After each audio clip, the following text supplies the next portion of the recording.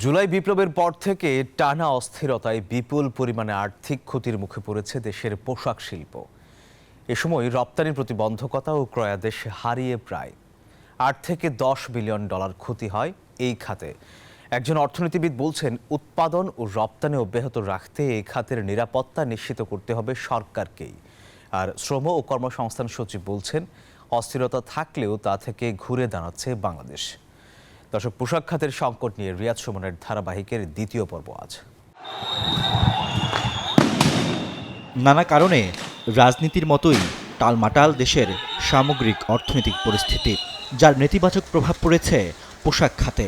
ফলে বৈদেশিক ক্রয়াদেশ কমছে এ খাতের, এমনকি কমছে রপ্তানিও। বিপরীতে বাংলাদেশের তৈরি পোশাকের প্রতিদ্বন্দ্বী দেশ ভারত, ভিয়েতনাম, চীন ও কম্বোডিয়ার রপ্তানি বেড়েছে। ভারতীয় সংবাদ মাধ্যম double million offer Walton fridge কিনে পেতে পারেন ২০ লক্ষ টাকা, রয়েছে কোটি কোটি টাকার নিশ্চিত উপহার।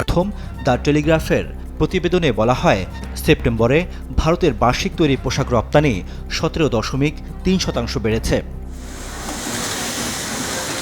পোশাক শিল্প মালিকদের দাবি, জুলাই বিপ্লব পরবর্তী পোশাক কারখানায় হামলা ও সহিংসতার ঘটনায় ২০ থেকে ২৫% অর্ডার হারিয়েছে বাংলাদেশ। এই কয় মাসে আমরা প্রতি মাসে অন্তত $1 বিলিয়ন করে তো কমপক্ষে আমরা রপ্তানিতে ক্ষতিগ্রস্ত হয়েছি। আবার এই আন্দোলনের কারণে বায়ার আমাদেরকে অন্তত মিনিমাম 20 থেকে 25% অর্ডার প্লেস করে নাই। 4 বিলিয়ন কমপক্ষে হবে, সব মিলিয়ে $8 থেকে 10 বিলিয়ন আমরা ক্ষতিগ্রস্ত হয়েছি।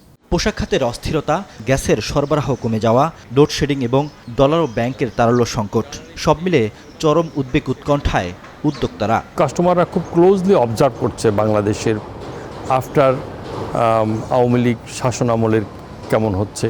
তবে আমি মনে করি যে যদি আমরা এই গার্মেন্টসের অস্থিরতাটাকে কমাতে পারি, তাহলে ভবিষ্যতে ইউরোপ এবং আমেরিকাতে বাংলাদেশের রপ্তানিমুখী পোশাক শিল্পের এবং টেক্সটাইলের ভালো সম্ভাবনা আছে।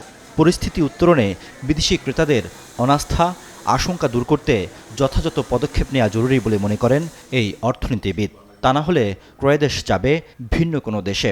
কারখানা ভিত্তিক বিক্ষোভ চলছে, আবার অঞ্চল ভিত্তিক বিক্ষোভ চলছে, আবার বিভিন্ন সরকারি অফিসে ওভারঅল সিভিল সার্ভিসে একটা স্লো ডাউন আছে। অনিশ্চয়তা এবং এই অরাজকতা, এটা যদি কোনোভাবে লম্বা সময় ধরে সাস্টেইন করে, তখন কিন্তু আমরা পার্মানেন্টলি হয়তো কিছু বায়ার আমরা দেখব শিফট হয়ে যেতে পারে।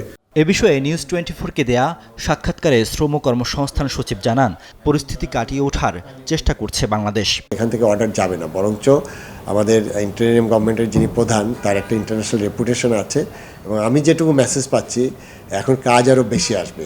আমরা যদি এই আইনশৃঙ্খলার পরিস্থিতিটাকে একটু অ্যাডজাস্ট করতে পারি, এই অসন্তোষটা যদি আমরা নিউট্রাল করতে পারি, তাহলে বরঞ্চ অর্ডার আরও বাড়বে। রপ্তানিমুখী এ খাত ফের নৈরাজ্যের মুখে পড়লে ভীষণ ক্ষতির মুখে পড়বে জাতীয় অর্থনীতি, বাড়বে বেকারত্বের বোঝা। তাই সময় উপযোগী সিদ্ধান্ত নেওয়ার তাগিদ সংশ্লিষ্টদের।